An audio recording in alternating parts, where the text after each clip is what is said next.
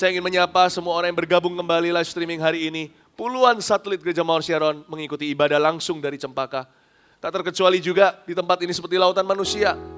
Di bawah, di overflow, di mana-mana setiap tempat kosong rasanya sudah dipakai di sini. Tidak ada jarak dalam hadirat Allah. Tuhan ada di mana-mana, khususnya dekat dengan orang yang hancur hati, patah remuk jiwanya, dan mereka yang berharap pada Tuhan, mereka yang bersyukur apalagi, Tuhan ada bersama dengan Anda. Saya ingin juga menyambut yang baru bergabung, GMS Jambi dan GMS Sorong. Wow, saya senang waktu melihat tulisan Sorong ini. Akhirnya GMS ada di Papua, beri tepuk tangan untuk Tuhan. I think it's time. Sudah waktunya kita melihat Papua bagi Tuhan Yesus, amin. Saya berdoa salah satu gereja Mawar Sharon terbesar, terdahsyat, yang paling berdampak itu ada di Irian Jaya. Rasanya itu kata-kata Irian Jaya udah lama sekali nggak terdengar ya, Papua maksudnya. Puji Tuhan. Nah, sebelum saya menyampaikan firman Tuhan menjadi rema hari ini, saya dorong Anda untuk mendapatkan rekaman audio maupun video dari Kebaktian 1 dan 2. Temanya sama, tentang kerendahan hati. Nanti saya munculkan setelah kita menyaksikan video dulu. Tapi setiap kebaktian poinnya beda. Atau khotbahnya nggak sama. Jadi saya dorong Anda untuk dengarkan yang lainnya. Nah, sebelumnya kita saksikan sebuah video dulu. Ini laporan kemenangan yang saya sudah janjikan dari kegerakan anak di Gereja Mawar Sharon. Ini KKR menjadi anak Bapak. Semoga jadi inspirasi buat kita semua menjadi anak Tuhan semakin baik lagi. Berikan tepuk tangan untuk yang ini.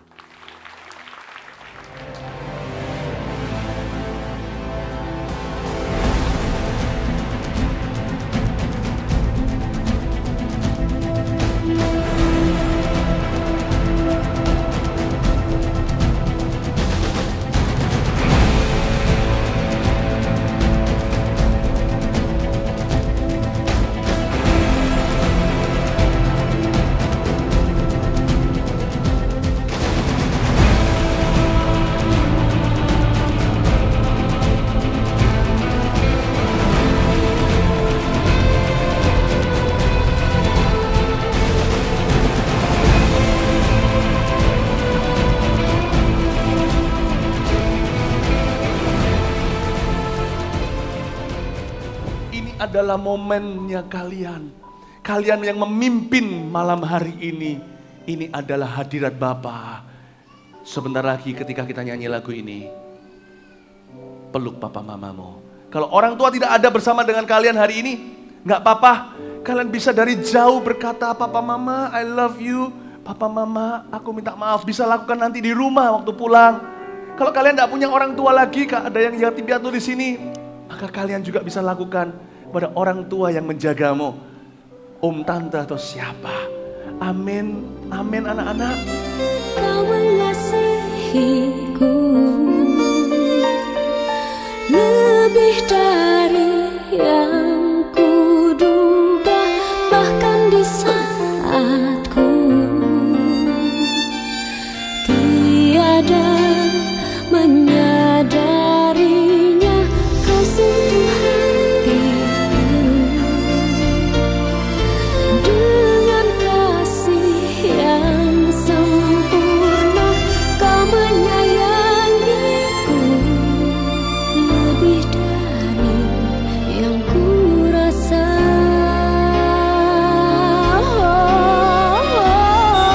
Kau mengasihiku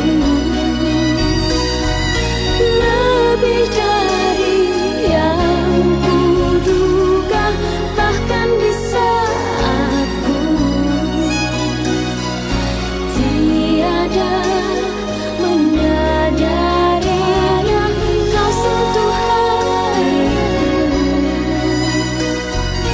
dengan kasih yang sempurna. Kau menyayangiku lebih dari yang kurasa.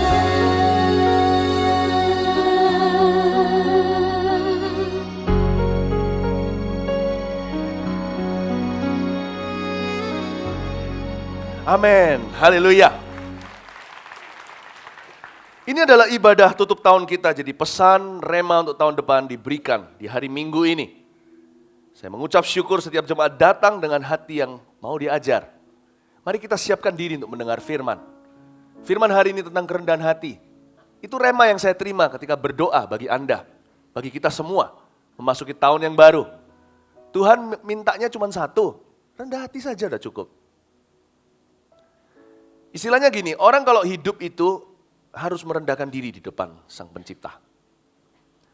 Selama manusia masih bisa mati, gak peduli apa yang dia punya, dia gak memiliki satu hal apapun yang dia miliki dalam hidupnya. Tuhan yang punya semua. Nyawa saja bukan milik sendiri. Apa yang terjadi?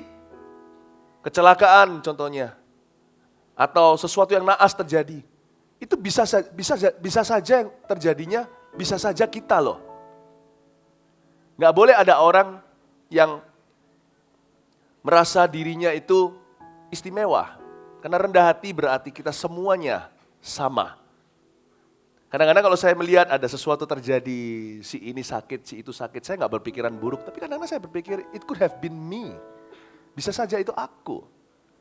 Bukankah pengkhotbah berkata manusia hidup tidak bisa menemukan satu hal apapun di masa depannya. Gak peduli kalau dia pendeta. Saya senang sekali, seorang hamba Tuhan yang besar, pendeta 1 miliar umat, demikian julukannya, yang masih hidup hingga hari ini, sudah menjadi duda, istrinya meninggal duluan ke sorga, namanya Billy Graham. Diinterview oleh salah satu talk show yang paling ternama sepanjang sejarah, Larry King namanya, yang sekarang tentunya juga sudah pensiun. Ditanya, Anda pasti orang yang sangat-sangat istimewa di mata Tuhan kan? Larry King tidak percaya Tuhan. Dia berkata, well everyone is the same. Tuhan cinta semua orang. Larry King sampai sungkan ketika Billy Graham berkata, saya bisa saja matinya nggak mati tua, bisa saja lewat kecelakaan apa. Jangan pernah gurui orang kayak gini, katakan kalau dia itu nggak beriman. Orang ini imannya luar biasa. Imannya telah mempengaruhi miliaran orang untuk masuk kerajaan sorga. Tapi orang ini rendah hati. It could have been me. Bisa saja aku. Kita lihat suatu pesawat hilang seperti hari ini, nggak tanggung-tanggung dari kota kita, kota Surabaya, yang kota lain menyaksikannya. Bagi kami itu pukulan sekali, apalagi ada jemaat di situ, kehilangan domba itu rasanya itu dirobek di hati.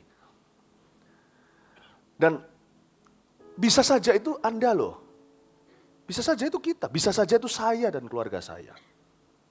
Karena itu kita hidup itu harus rendah hati Bapak Ibu Saudara. Justru jangan ninggalkan Tuhan, karena ada perkara-perkara yang kita tidak bisa kendalikan dalam hidup ini, justru membuat kita harus bersandar kepadanya.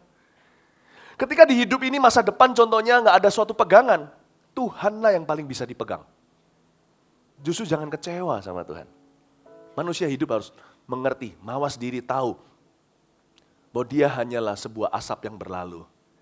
Sekarang saya mengerti, mengapa Tuhan suruh saya siapkan ayat-ayat tentang Ayub. Khotbah hari ini semua sudah di-prepare atau dipersiapkan terlebih dahulu. Jadi kebaktian yang sekarang ini, persis jam sekarang ini, saya siapkan cerita tentang Ayub kehilangan anak-anaknya. Nggak kebetulan semua ini terjadi, Tuhan sudah rancangkan. Saya mau beritahu kepada kita semuanya hari ini, harus rendah hati di depan Tuhan. Manusia tidak punya hak kecewa sama Tuhan. Doanya nggak dijawab, kecewa. Kalau sesuatu yang buruk terjadi, marah. Manusia tidak layak untuk komentar di hadapan Sang Maha Kuasa. Bukan berarti kita dijajah, justru kita harus mengasihi Tuhan.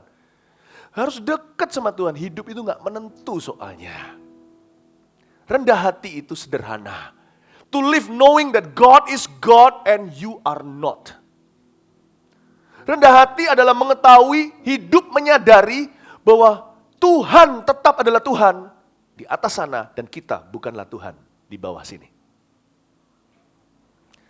Rendah hati adalah sebuah komitmen di hati ini untuk selalu berserah kepada kehendaknya yang lebih tinggi. Bukan berarti hidup dalam khawatir atau rasa ketakutan. Justru hidup dalam ketenangan, tahu bahwa usaha kita tidak bisa menambah sehasta hidup kita. Doa bukan kehendakku yang terjadi, tapi kehendakmu. Doa Yesus di Getsemani harus menjadi doa kita sehari-hari. Tuhan, aku hanya bisa berusaha. Namun pada akhirnya engkaulah yang punya kata terakhir dalam kehidupan setiap ciptaanmu, termasuk manusia, apalagi hidupku. Saya sama Tuhan hidup seperti lanjutkan khotbah Natal kemarin, tak ada rasa curiga. Orang yang paling baik di dunia ini adalah Tuhan Yesus. Gak ada orang itu sebaik itu dan semulia itu maksud hatinya terhadapku kecuali Tuhanku. Orang tua saya aja gak bisa seperti Tuhan. Orang tua kita aja sebaik apapun mereka, saya terhadap anak saya aja gak bisa seperti Tuhan. Memikirkan kebaikan mereka. Saya masih memikirkan kebaikan saya juga. Satu-satunya yang selfless, yang sama sekali tidak egois itu hanya Tuhan Yesus. Meskipun di dalam hidup ini ada banyak hal terjadi yang kita tidak bisa rumuskan. Mengapa orang benar kadang-kadang diizinkan mengalami malapetaka? Saya nggak ngerti. Tapi itu membuat kita semakin rendah hati. Billy Graham ditanya sama Larry King soal kondisi Parkinson-nya. Billy Graham kena Parkinson. Jadi tangannya pun goyang begini. Padahal orang ini tanpa skandal. Kalau Anda mau cari pendeta yang wangi namanya sampai akhir hidupnya, sekarang belum mati sih, tapi sudah mendekati sorga. Itu adalah salah satu hamba Tuhan, itu adalah ini yang saya sebut barusan ini. Gak ada skandal, wanita, harta, tahta, wanita, gak ada sama sekali. Gak ada. Lalu Larry King tanya, loh kenapa Tuhan kok izinkan Anda kena Parkinson loh? Terus ditanya pertanyaan yang langsung to the point, tidakkah Anda kecewa dengan Tuhan yang kau layani? Dalam hati ini Larry King berkata, gua gak percaya Tuhanmu. Billy Graham berkata, no. Di hidup ini kita punya dua pilihan. Ketika kita mengalami sesuatu yang kita nggak ngerti, kenapa kok diizinkan? Kita punya dua pilihan. Satu, kecewa sama Tuhan. Yang kedua, semakin karena kita tahu, kita nggak tahu, semakin kita bersandar kepadanya. The more dependent I have become of Him. Saya semakin bergantung dengan Tuhan, tahu betapa fragile-nya, betapa pecah belahnya hidup ini. Larry King memandang dia, saya melihat itu interview itu. Saya kagum, saya lihat. Saya belajar dari hamba Tuhan senior ini. Ketika Larry King melihat dia dengan mata kagum, dia berkata, I wish I had your faith. Aku harap aku punya imanmu. Dia berkata, saya enggak tahu loh. Satu hal yang saya takut adalah kematian, dia bilang. Saya enggak tahu apa yang terjadi. I wish I knew. Andai aku tahu seperti dirimu, apa yang akan terjadi setelah aku mati. Billy Graham hanya tersenyum dan berkata, berkata apa selanjutnya saya lupa. Saya ini tugasnya khotbah, bukan ceritain interview. Gitu loh Bapak Ibu Saudara. When things don't make sense, even God doesn't make sense. Waktu Tuhan tidak masuk akal, waktu kejadian-kejadian gak masuk akal, disitulah masuk yang namanya iman yang gak masuk akal pula. I depend on you. Ada satu orang yang saya gantungi seumur hidup. Saya gak bisa hidup tanpa dia lagi. Kalau diusir, seperti murid-murid Yesus yang meninggalkan dia 400 orang jumlahnya. Yesus menoleh ke 12 murid dan bertanya, kamu gak mau ikut-ikutan? Petrus berkata, Tuhan, kita mau kemana? Kita itu tahu engkau satu-satunya bisa dipercaya. Mau kemana lagi? Mau kemana lagi? Kita gak tahu kemana harus pergi. Orang yang punya Tuhan Yesus itu beruntung sekali. Sekalipun hidup Tuhan tidak janjikan mulus melulu. Di dalam hidup ini kau akan mengalami banyak pencobaan, tapi kuatkan hatimu, aku telah mengalahkan dunia. Yohanes 14, jangan gelisah hatimu, di rumah Bapakku ada banyak tempat tinggal. Engkau akan ke sana. Pengkhotbah berkata, Tuhan menjadikan semua indah pada waktunya dan Tuhan memberi kekekalan di dalam hati manusia. Punya Tuhan itu punya pegangan. Kasihan orang yang masuk ke 2015 gak punya pegangan. Yang gak punya Tuhan tidak punya pegangan. Dan Tuhanku bukan agama. Kalau agama saja, saya kalau cuma agama aja, saya mending gak punya, Bapak Ibu Saudara. Karena agama penuh dengan peraturan. Saya punya Tuhan, itu lain. Saya punya hubungan. Saya punya tujuan. Saya punya sesuatu yang saya pandang jauh melebihi daripada hidup ini. Bahkan ketika hidup ini membuat saya kebingungan, saya punya jawaban berada di sana. Hanya kau milikku di sorga. Tiada yang kumiliki di bumi selain daripadamu. Manusia kalau masih bisa mati, jangan pernah menyombongkan diri. Harus rendah hati. Amin Bapak Ibu Saudara. Ya. Namun rendah hati adalah sebuah proses. Gak bisa selesai. Gak ada orang berkata, wah dulu aku sombong, sekarang rendah hati. Sombong sekali. Rendah hati itu proses. Tidak bisa ada orang berkata, gua sudah lewat ujian itu. Karena itu kita harus mau diproses Tuhan di tahun yang tahun depan. Tahun 2015 masih tetap loh ya. Tahun maturity and multiplication. Kedewasaan rohani dan pelipat gandaan atau multiplikasi. Namun demikian penekanannya terletak pada kerendahan hati ini. Saya rasa kita nggak bisa dewasa rohani kalau kita nggak rendah hati. Beneran. Mana bisa dewasa rohani? Hanya orang yang dewasa lah yang rendah hati. Yang kekanak-kanakan tuh loh sombongnya bukan main. Pelipat gandaan juga sama, karena kerendahan hati mendahului kehormatan. Itu judul khotbah saya munculkan di layar depan sini. Teng, iya dia. Kerendahan hati mendahului kehormatan, Amsal 18 ayat 12, mari kita buka bersama-sama.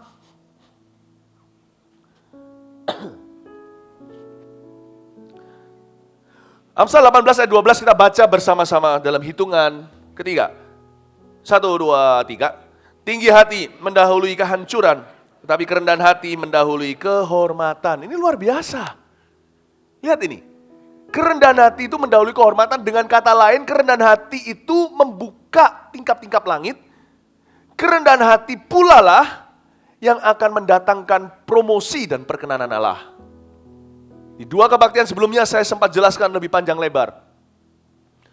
Bahwa ada tingkap langit tertentu, ketinggian-ketinggian alam sorgawi dan berkat-berkat Tuhan. Efesus yang katakan, di dalam Kristus segala berkat rohani disediakan.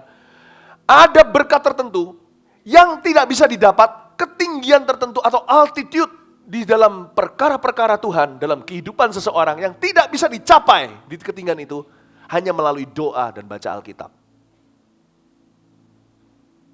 Tapi hanya melalui kerendahan hati. Jangan salah mengerti. Saya baca Alkitab banyak pasal sehari. Tapi kalau kita baca ini sebagai orang Farisi, apa gunanya? Alkitab, the Bible is best. Ada orang tanya sama saya, versi apa yang paling bagus ya? Kalau baca bahasa Inggris kan versinya macam-macam. Indonesia pun ada Alkitab versi Indonesia sehari-hari. Ada Alkitab versi apa? Versi good news, kabar baik. Adalah, kita punya ini versi yang klasik.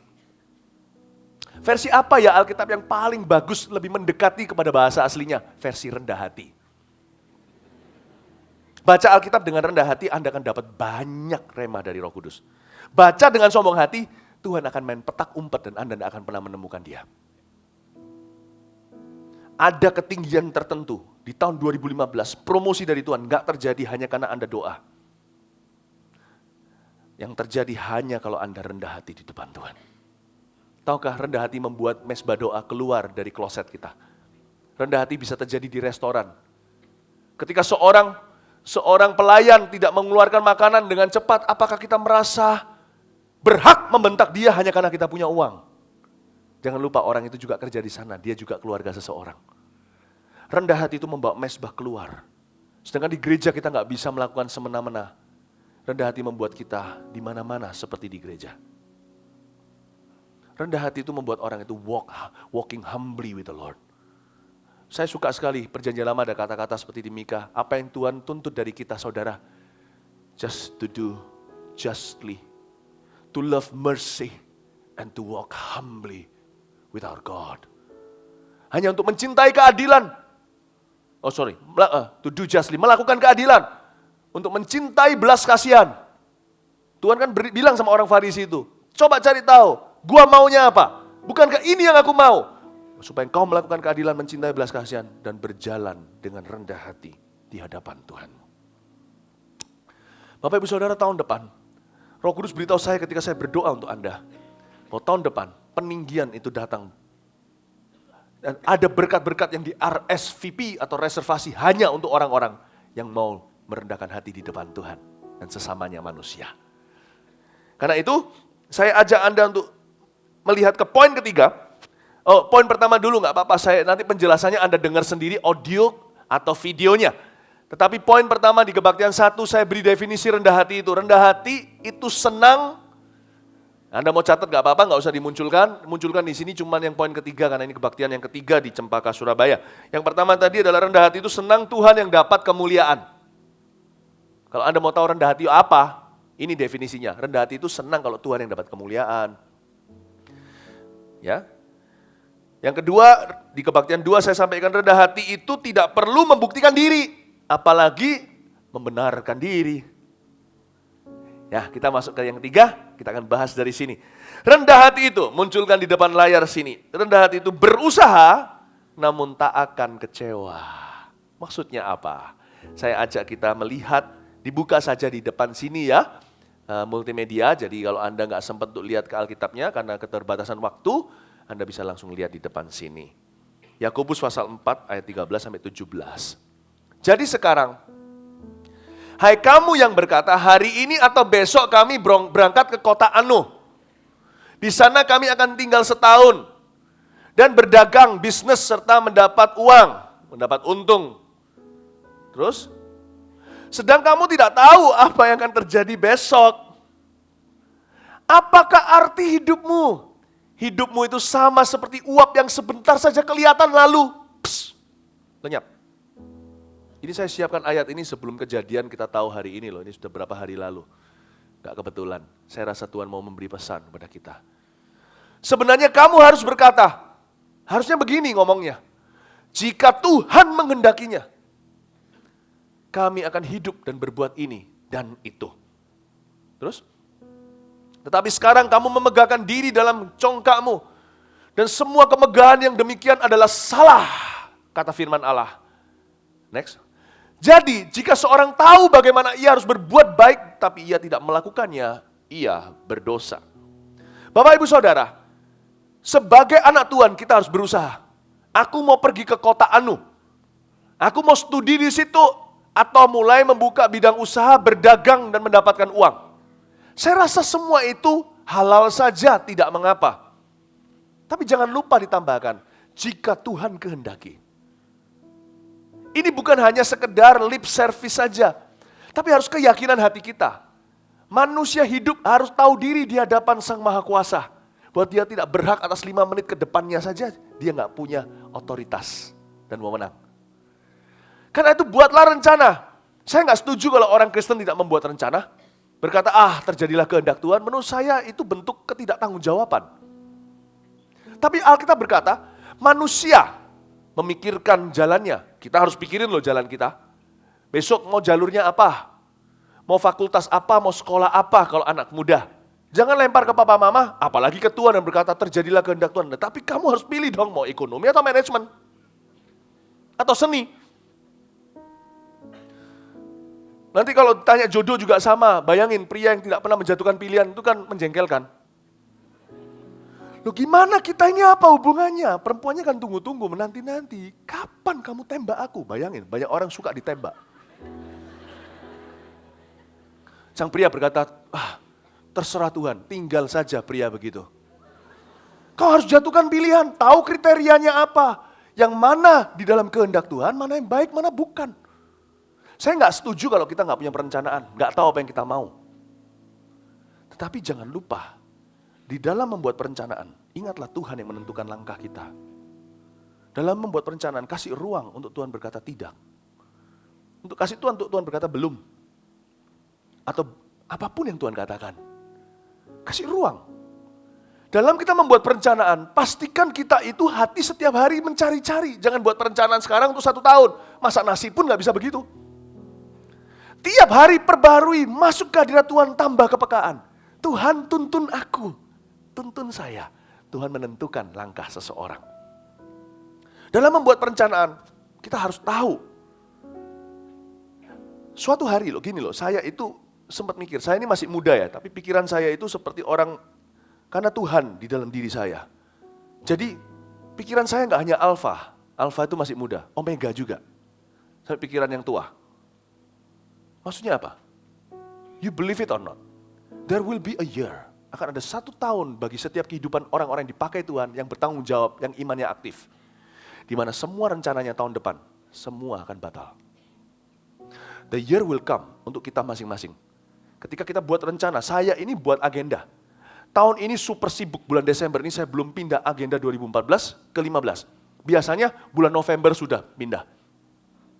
Saya suka agenda, saya nggak suka pakai smart book apa itu yang elektronik, karena saya suka sesuatu yang lembarannya itu langsung kelihatan 1 tahun. Lalu ada perhariannya.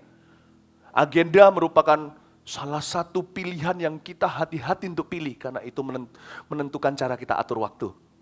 Jadi saya punya agenda nih, sampai hari ini masih kosong. Masih kosong. Saya mau pindahkan dulu. Saya pindahkan dulu imunisasinya anak-anak saya, vaksinasinya, karena masih kecil kan, ada yang satu yang masih kecil lagi. Saya pindahkan tanggal-tanggal penting seperti ulang tahun, anniversary. Saya pindahkan jadwal saya 1 tahun udah penuh semuanya. Suatu hari Roh Kudus beritahu sama saya, Philip, kamu kan berdoa kan untuk semua jadwal tahun depan? Iya Tuhan. Tahukah, suatu hari sekalipun kamu berdoa, aku akan overrule itu. Tahu overrule? Hak vetonya Tuhan. Tahu hak vetonya Tuhan?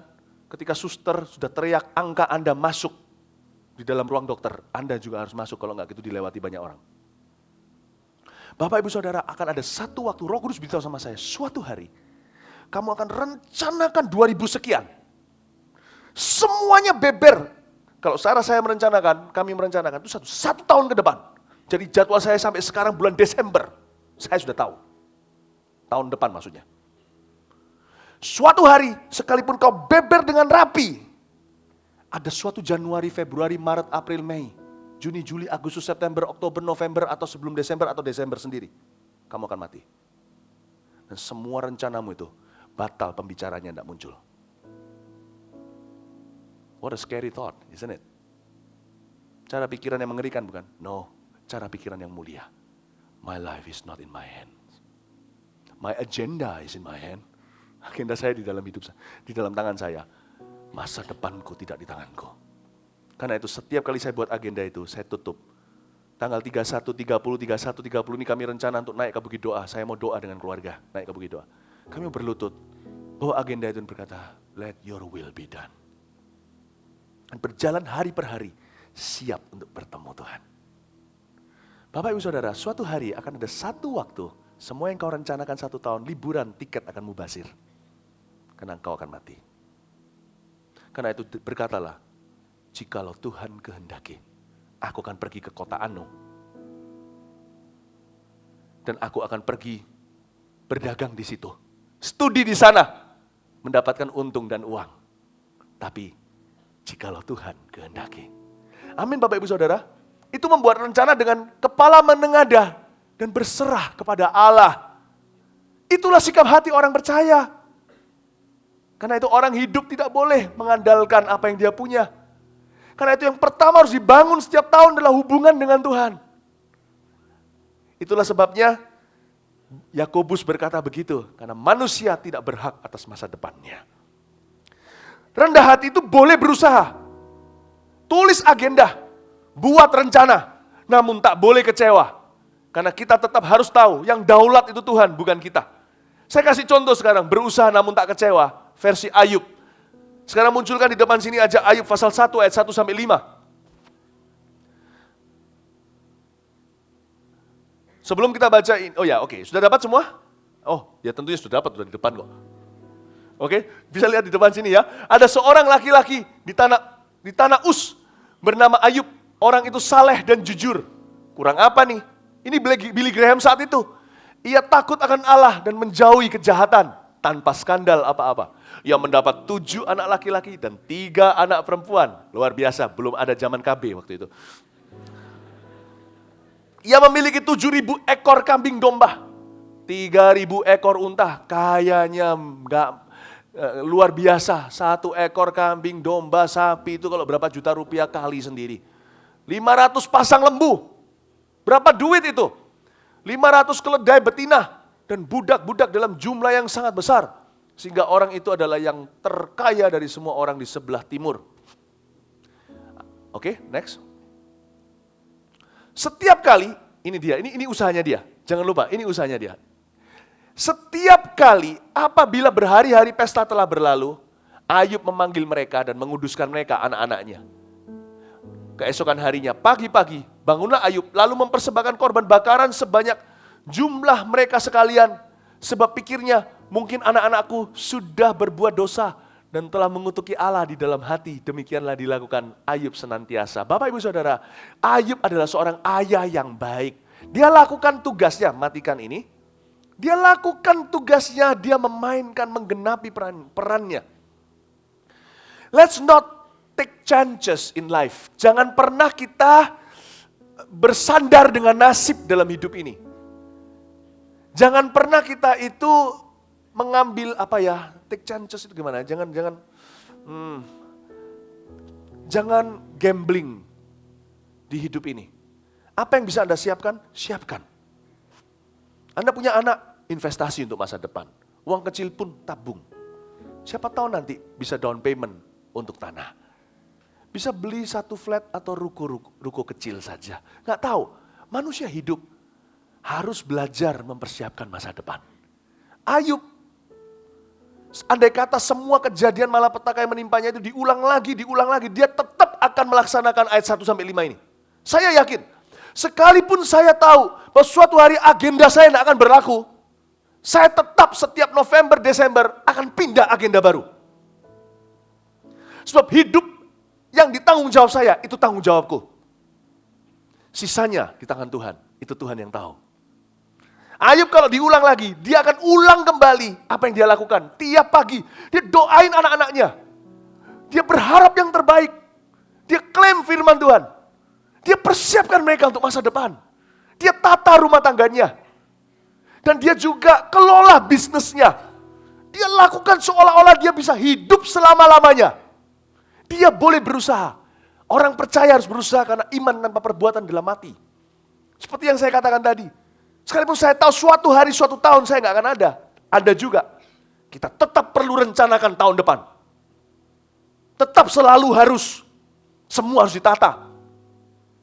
Namun demikian, sekalipun Ayub berusaha, sesuatu terjadi saudara-saudara.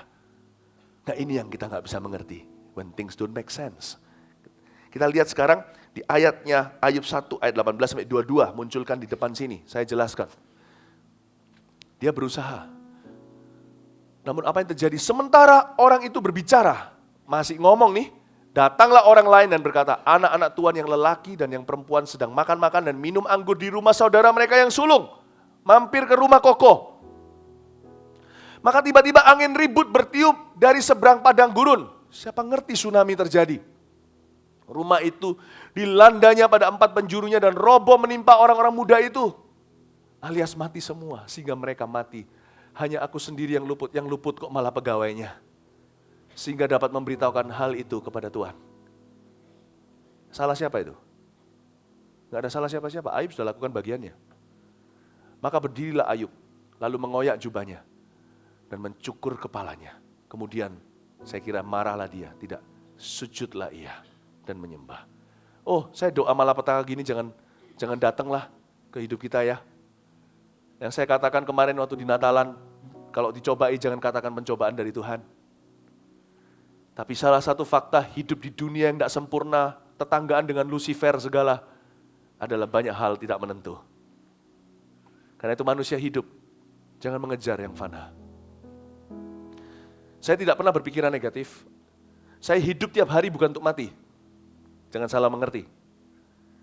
Saya nikmati waktu keluarga dengan keluarga kami, dengan orang-orang yang kami cinta. Bukan seolah-olah mau berpisah. I'm excited. Tiap hari saya memikirkan bagaimana nanti kita bisa, contohnya liburan. Kita rencanakan jauh-jauh ke depan. Saya sudah bayangkan anak-anak nanti besar. Saya sudah bayangkan nanti suatu hari mereka punya rumah tangga, punya karir yang diberkati. Wow, saya ini mimpinya jauh ke depan. Saya ini orangnya visual, imajinatif. Namun demikian setiap pagi ketika saya doakan anak-anak saya, setiap malam ketika saya doakan mereka sebelum tidur, saya peluk mereka as if there is no tomorrow. Itulah balance, keseimbangan antara perencanaan dan tahu diri manusia hanya debu berlalu. Saya cium anak saya katakan I love you. Tiap hari saya tidak akan pernah mau berhutang kata I love you atau I'm sorry. Saya pasti beritahu pada orang yang saya cinta. Kalau memang mereka berhak menerimanya. Saya tidak pernah mau undur besok apa yang saya bisa lakukan hari ini. Karena besok tidak di tanganku. Yang di tanganku hanya agenda saja Bapak Ibu. Itu saja. Kesempatan hanya dari Tuhan. Oleh karena itu, lihat apa yang terjadi. Ayub lakukan bagiannya. Oh my goodness, anaknya mati semua. Kita tidak akan pernah tahu kapan yang namanya kematian akan memisahkan kita. Saya nggak ngajarkan ini mempersiapkan kita tahun depan untuk mati semua.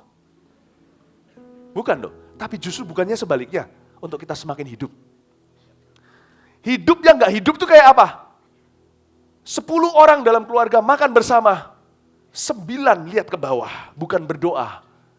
9 semuanya autis teknologi. Itu saya sebut sebagai perjamuan makan maut. Semua hadir namun semua absen.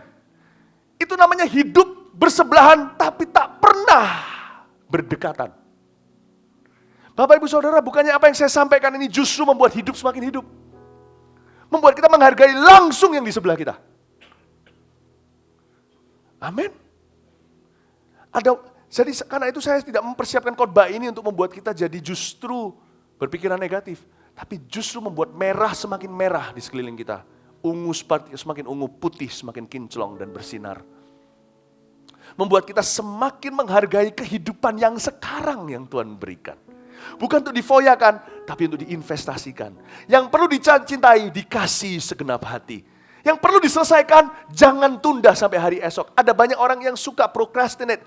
Orang-orang yang suka menunda-nunda adalah tanda bahwa bukan hanya orang itu nggak disiplin, tapi dalam kasus-kasus tertentu malah justru menunjukkan ketidaktaatan orang itu kepada Tuhan. Ada orang yang suka menunda-nunda terus, tunda-tunda perbuatan baik yang harus dia lakukan. Ditunda-tunda. Menunjukkan bahwa orang itu mati sekalipun dia hidup. Saya mau dorong Anda dan saya untuk bisa mengerti cerita tentang Ayub ini memberi kita perasaan tidak ada yang tentu di hidup ini. Justru saya menghargai what Christ has put before me. Apa yang Kristus telah letakkan di depan saya. Amin Bapak Ibu Saudara. Nah, ini Ayub. Coba sekarang saya ajak kita lihat. Jadi gini, saya ajak kita mengerti. Cara kita memikirkan, menggabungkan Ayub dan Yakobus tadi. Jikalau Tuhan kehendaki, aku akan pergi ke kota Anu. Kok gak enak ya katanya Anu itu ya. Kota Anu ya, pokoknya begitu. Itu firman Tuhan berkata demikian. Pergi ke kota Anu. Di sana saya akan kerja, cari untung, cari uang. Lalu habis itu Ayub kejadian malapetaka yang menimpa keluarganya. Dari sana kita belajar berserah. Tapi juga belajar untuk tidak kecewa. Jikalau setelah kita berusaha, kita sampai di mana kita berada, berarti Tuhan dari awal menghendaki kita ada di sana. Tapi jikalau kita belum sampai di tempat tertentu, yang kita damba-dambakan, kita usaha mati-matian juga gak pernah berhasil sampai ke situ. Then God has not willed us to be there today. Berarti Tuhan belum kehendaki kita berada di sana. Saya gak berkata begini sebagai alasan. Ada orang tertentu berusaha lalu ada gangguan. Ada rintangan berkata, ya mungkin Tuhan tidak kehendaki lalu dia menyerah. Tidak loh ya. Tapi kadang-kadang dalam hidup ini, sekalipun kita sudah mati-matian banting tulang lakukan semua yang kita bisa, ternyata tidak seperti yang kita dambakan. Setelah kita ngelembur gak pulang, saya bukan tipe orang malas, saya kerja keras. Setelah saya lakukan semua yang saya bisa, satu hal sisa yang harus saya lakukan, yaitu tidak kecewa dengan hasil akhirnya. Ada orang yang sudah berusaha mati-matian, akhirnya sudah mencapai di posisi itu, tidak seperti yang dia dambakan.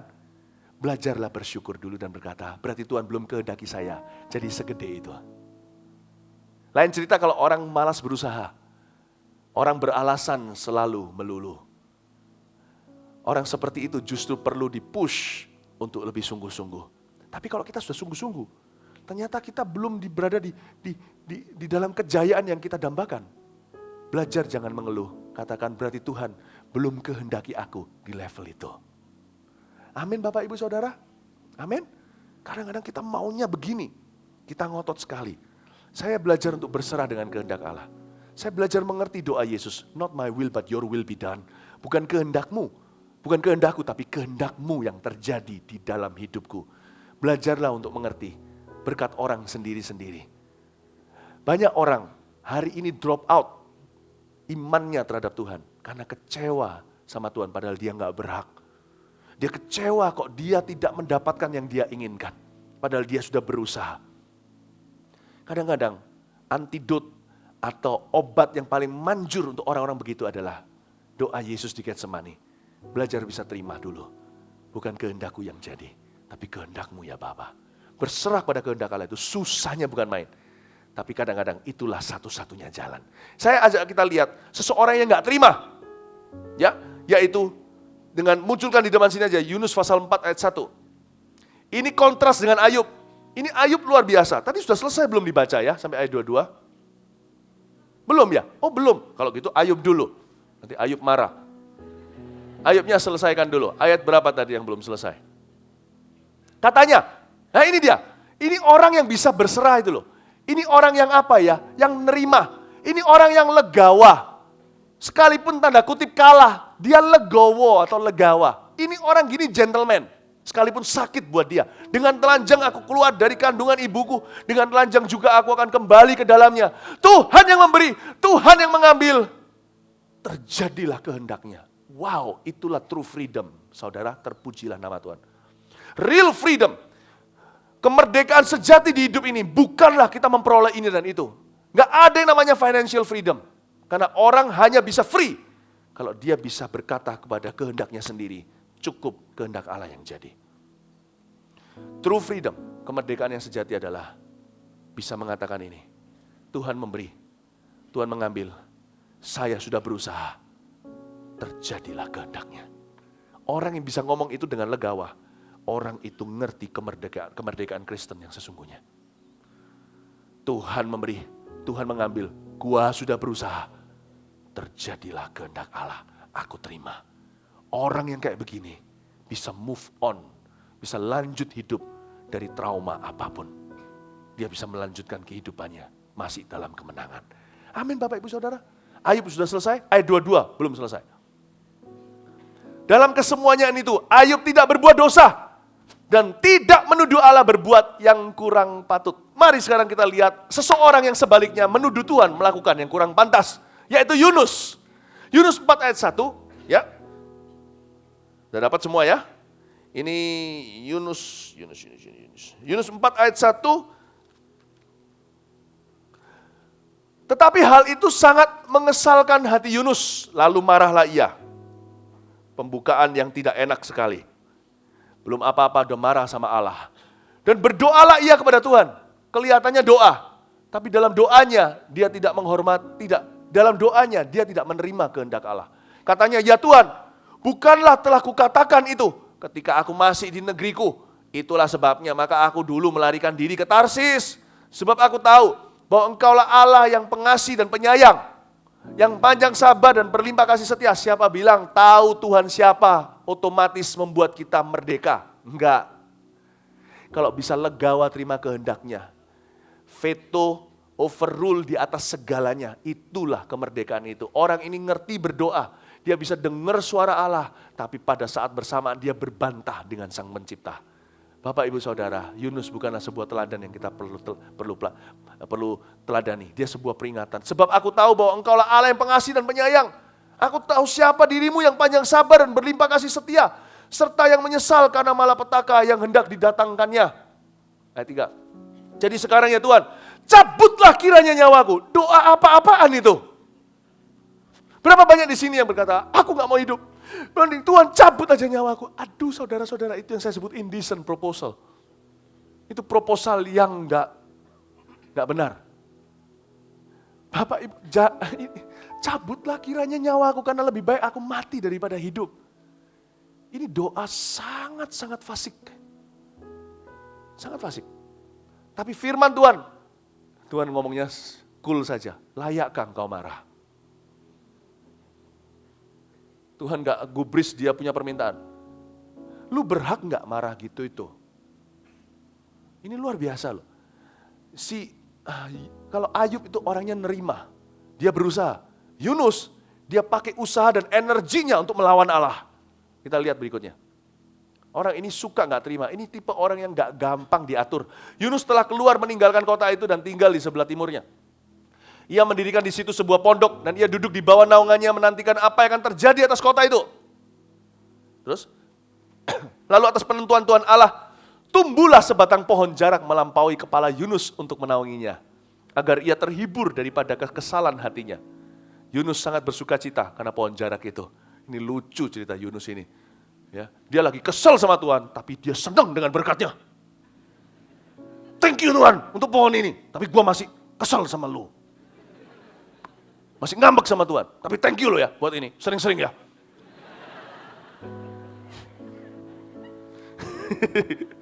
Tuhan itu cuma tanya, layak tak kamu marah itu? Layakkah engkau marah?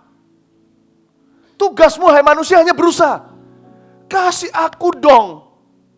Kasih aku haknya untuk berkata, untuk mengambil keputusan terakhir atas hidupmu. Keputusan pertama yang terakhir. Tuhan itu hanya mau Yunus hidup tahu bahwa dia bukan Tuhan. Tuhan tetap Tuhan. Sebenarnya yang perlu bertobat itu Niniwe atau Yunusnya? Kita lihat berikutnya. Sebenarnya orang-orang dunia itu gampang bertobat. Orang di dalam gereja itu pemahamannya yang harus diubah. Tapi keesokan harinya ketika fajar menyingsing atas penentuan Allah, datanglah seekor ulat yang menggerek pohon jarak itu sehingga layu. Terus ini ulat yang punya superhero strength. Berapa jam habis satu pohon. Segera sesudah matahari terbit, maka atas penentuan Allah bertiuplah angin timur yang panas terik.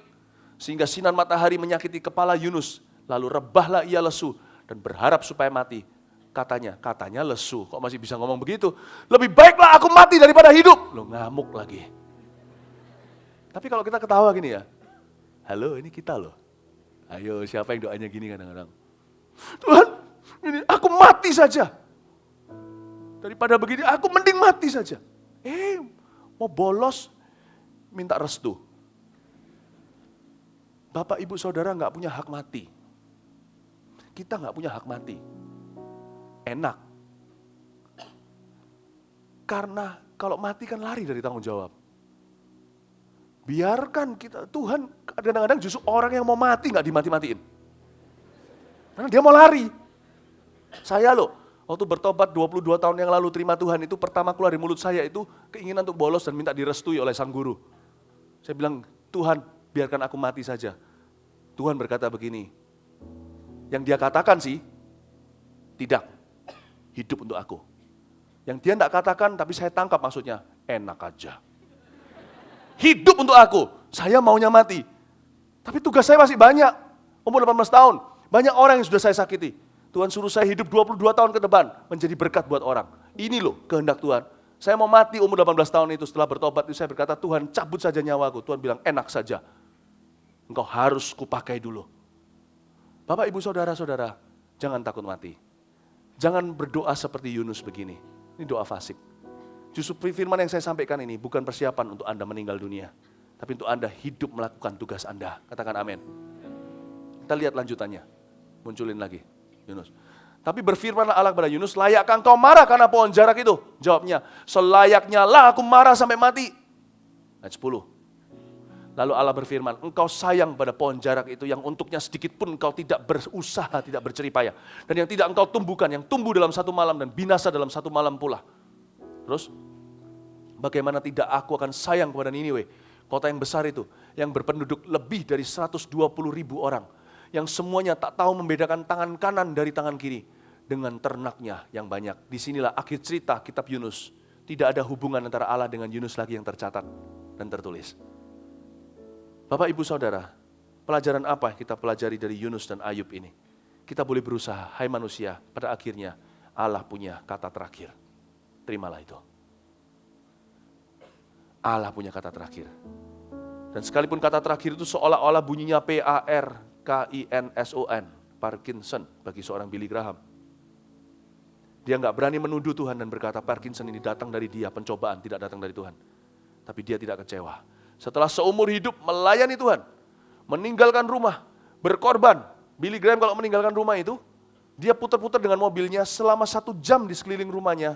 Ruth Graham dengan anak-anaknya yang banyak itu, tinggal di rumah. Sekali dia pergi, ini evangelis penginjil tulen, sekali pergi itu 1 bulan. Saya pergi cuma 1 minggu. Itu pun kembali, lalu pergi lagi, dia pergi itu sekali 1 bulan. Betul-betul tulen misionaris. Dia putar 1 jam itu, karena dia nggak tega meninggalkan.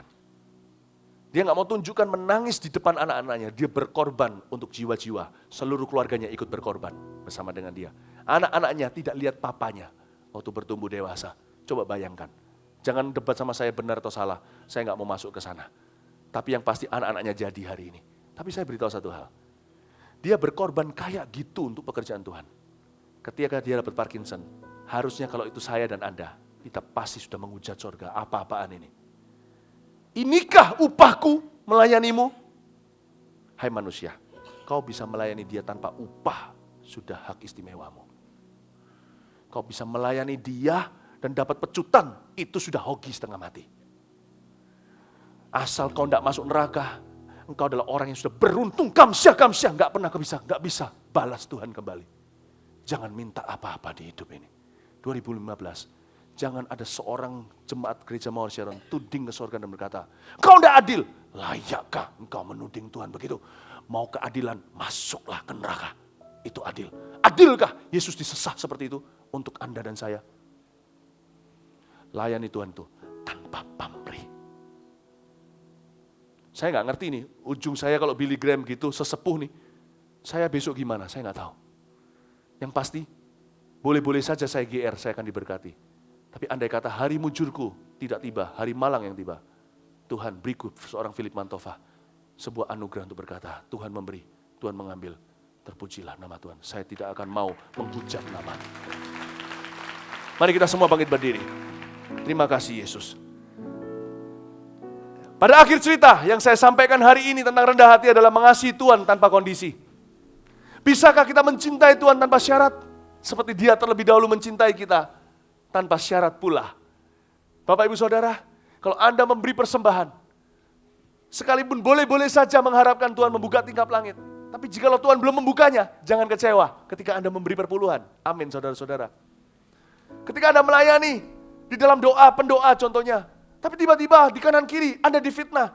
Jangan berkata, kenapa begini yang ku dapat? Kenapa yang buruk ku dapat setelah ku berikan yang terbaik? Sama Tuhan tidak boleh perhitungan. Ingat neraka. Kita nggak pernah berhak. Itulah sebabnya, tahun depan saya yakin dari Gereja Mawar Sharon akan muncul suara sorak-sorai syukur yang luar biasa. Sedikit berkat, orang kita sensitif sekali dengan berkat. Sekali dapat berkat langsung berkata, thank you Tuhan. Daripada orang yang berkat, ya seharusnya lah. 10 orang kusta, 9 tidak kelihatan mukanya. Mau tahu kenapa? Syukur hanya terdengar di kemah orang-orang yang tahu dia nggak layak. Yesus masuk ke rumah seorang Simon, dibasuh kakinya dengan seorang berdosa. Yesus sindir yang lainnya. Aku dari tadi di sini nggak ada satu orang pun cuci kaki. Dia seka dengan rambutnya. Mau tahu kenapa? Kepada yang lebih banyak, kepada yang dosanya lebih parah. Dosa sih sama saja, tapi wanita itu merasa dirinya lebih berdosa. Itu loh poinnya. Kepada orang yang merasa dirinya lebih banyak diampuni, lebih banyak memberi kasih. Padahal loh ya, dosa itu sami mawon sama saja. Cuman di dada orang yang merasa dirinya memang diselamatkan dengan anugerah, thank you kamsyah. Orang begitu syukur mudah.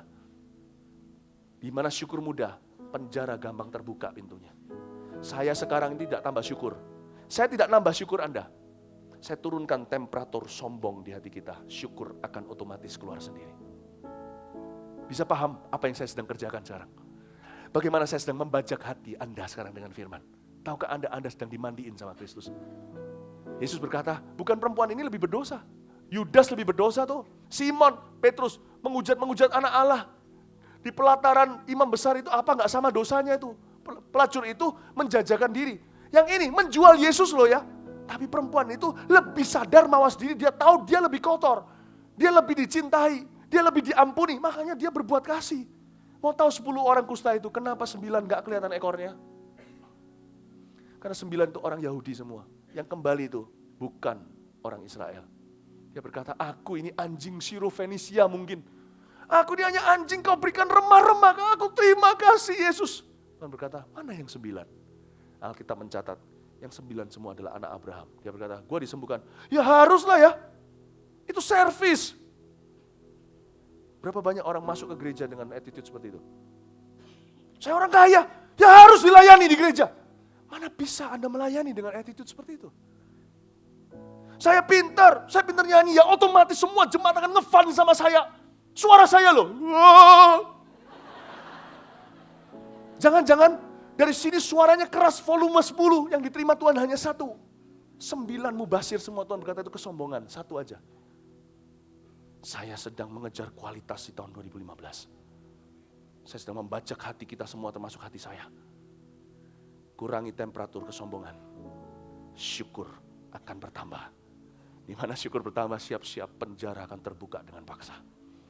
Semua orang-orang di penjara dalam hatinya, penjara diri sendiri akan terbuka. Dan penjara-penjara berkat yang selama ini terkutuk dalam kehidupan Anda akan dibuka semuanya. Kutukan bukan menjadi berkat. Kalau mau sembuhkan orang, jangan sembuhkan gejala. Cabut akar-akarnya. Ini yang saya lakukan sekarang. Kasih tepuk tangan untuk Tuhan. Haleluya. Amin. Oh Tuhan, terima kasih. Mengucap syukur kepadamu. Mari kita bersyukur. Terima kasih buat cintamu yang tanpa batas. Kau berikan hidupku, jadikan ku berharga. Terima kasih buat cintamu yang tanpa batas. Kau berikan hidupku, jadikan aku indah. Terima kasih buat cintamu yang tanpa batas. Kau berikan hidupku, jadikan ku berharga. Terima kasih buat cintamu yang tanpa batas. Kau berikan hidupku, jadikan aku indah. Terima kasih. Kita akan nyanyi lagu ini sekali lagi. Di tangan saya ada sebuah buklet untuk puasa. Saya serukan puasa 21 hari dari tanggal 7 Januari hingga 27. Ayo kita sengaja pantang beberapa berkat. Contohnya makanan yang sangat basic sekali buat kita. Selama 21 hari itu, kita belajar pantang itu.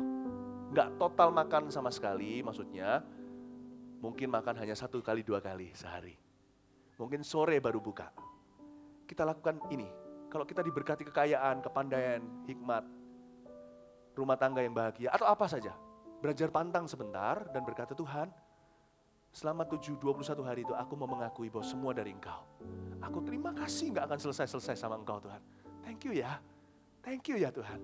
21 hari ngomong thank you melulu. Terima kasih ya Tuhan, aku pantang sebentar, aku jauhi atau bukan pantang lah, tapi delay atau delay itu apa? Ditunda gratifikasi, ditunda kenikmatan itu sebentar untuk memberitahu kepada yang sumbernya. Terima kasih. Saya paling senang sekali kalau anak saya lagi makan es krim, dia taruh es krimnya sebentar, datang ke saya dan berkata, thank you daddy, lalu baru makan es krimnya. Taruh itu mungkin 21 hari. Thank you ya. Thank you ya. Itu membuat Tuhan tambah tersenyum. Tuhan kata, wow, anakku ini tahu diri. Dia tahu bahwa yang baik itu dia gak layak terima. Dia tahu aku yang beri, dia kamsya. Dia terima kasih. Itu membuat hati Tuhan senang sekali. Gak ada breakfast with God. Gak ada good morning Holy Spirit. Gak ada pagi-pagi datang. Saya kasih PR-nya di rumah semuanya. Amin. Kalau mau ciat-cian sebelum tanggal 7, kenyangkan. Haleluya, kasih tepuk tangan bagi Tuhan. Terima kasih. Come on. Buat cintamu yang tanpa batas. Kau berikan hidupmu, jadikan ku berharga. Terima kasih buat cintamu yang tanpa batas. Kau berikan hidupmu, jadikan aku indah. Terima kasih buat cintamu yang tanpa batas. Kau berikan hidupmu, jadikan ku berharga.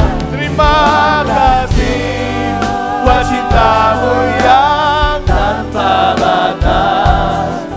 Kau berikan hidupmu, jadikan aku indah. Terima kasih. Kau berikan hidupmu, kau berikan hidupmu, jadikan aku indah. Kau berikan hidupmu, jadikan aku indah. Kau berikan hidupmu, jadikan aku indah. Terima